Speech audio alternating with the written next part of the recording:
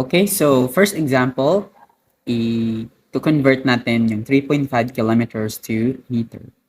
So again, bago natin gawin yung process na ito, alam mo na dapat kagad yung conversion factor na gagamitin natin dito.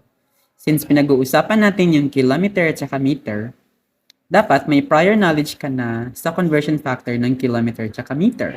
So dapat ready na itong 1 kilometer is equal to 1,000 meters. Pag wala itong information na ito, hindi natin makakonvert itong given natin. So, given na alam mo na to, so first step, copy mo yung given. So, that's 3.5 kilometers. Then, our operation will be multiply. At ilagay mo yung fractional form, which is actually ang equivalent ng ating conversion factor. So, kung ano yung unit na given, yun din ang unit na ilagay mo sa baba. Nang sa ganun ay makakancel ito mamaya. Kasi yung goal natin ay ma-convert yung kilometers to meters. So, dapat yung unit na matitira ay yung meter na lang. So, kilometer dito at sa taas ay ang meter. So, all you need to do is susundin mo lang itong conversion factor. So, 1 kilometer is equal to 1,000 meters.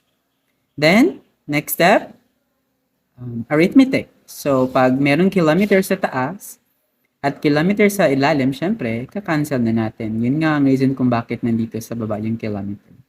So, 3.5 times 1,000 is, well, kung alam mo na yung shortcut, pag binimultiply yung isang number sa 1,000, yung gagawin mo lamang ay i-move yung decimals 3 decimal places to the right. So, since 1,000 ito, tatlo, so pag minimove natin yung decimal to the right, that would become 1, 2, 3.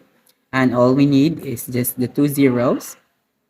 And syempre, yung natira nating unit, that is 3,500 meters. And that is our answer. Next example. So let's say we have 2.1 liters, 2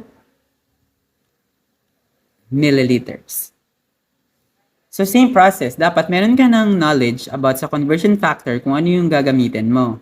Since we are talking of liter and ml, so meron ka ng dapat na idea na yung 1 liter ay equal sa 1,000 ml. So first step, copy yung given, 2.1 liters. Then our operation, which is multiplication, and then our conversion factor, which is eto. So since liter yung given, so yung baba should be your liter and yung top is your ml.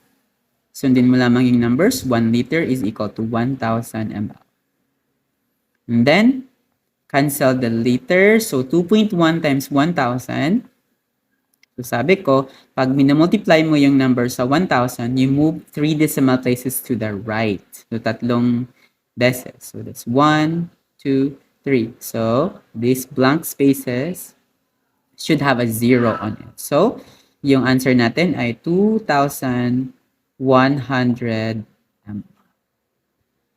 Baka mag-ask pa kayo kung bakit anong mangyari sa 1. Well, pag dinivide mo yung number sa 1, it will still be the whole number. So that's 2,100 ml. So what if yung maliit na unit ay i-convert natin sa mataas na unit? So let's say, for example, we have 200 meters to kilometer. So again, conversion factor na gagamitin natin ay yung kilometers to meters. So alam mo na yung 1 kilometer is equal to 1,000 meter. So, copy yung given 200 meters. Lagay mo yung operation which is times. Then the conversion factor in fractional form. Pag meters dito yung given, meters din sa baba. And then yung kilometer sa taas. So, 1 yung kilometer kasi siya yung higher unit. And then your 1,000. Cancel, syempre. Cancel na cm. Matitira yung kilometer. So, 200 times 1 is 200 km. Don't forget the over 1,000. So, 200 divided by 1,000. Merong shortcut dito. If sa multiplication, we move 3 places to the right, sa division, you move 3 places to the left. So, sa 200, yung decimal nito ay yung invisible na nasa pinakadulo. So, move 3 places to the left. 1, 2, 3. So, yung final answer natin is 0.2 kilometers. Last example, 1,200 meters to decameter. So, alam natin na yung 1 decameter is equal to 10 meters. So, gagamitin natin yung conversion factor na to solve this problem. So, copy 1,200 meters times, well, meters sa baba, decameter sa taas. So, 1 decameter is equivalent to 10 meters. Cancel yung dalawang m. So, magiging 1,200 times 1 is 1,200 decameter over 10.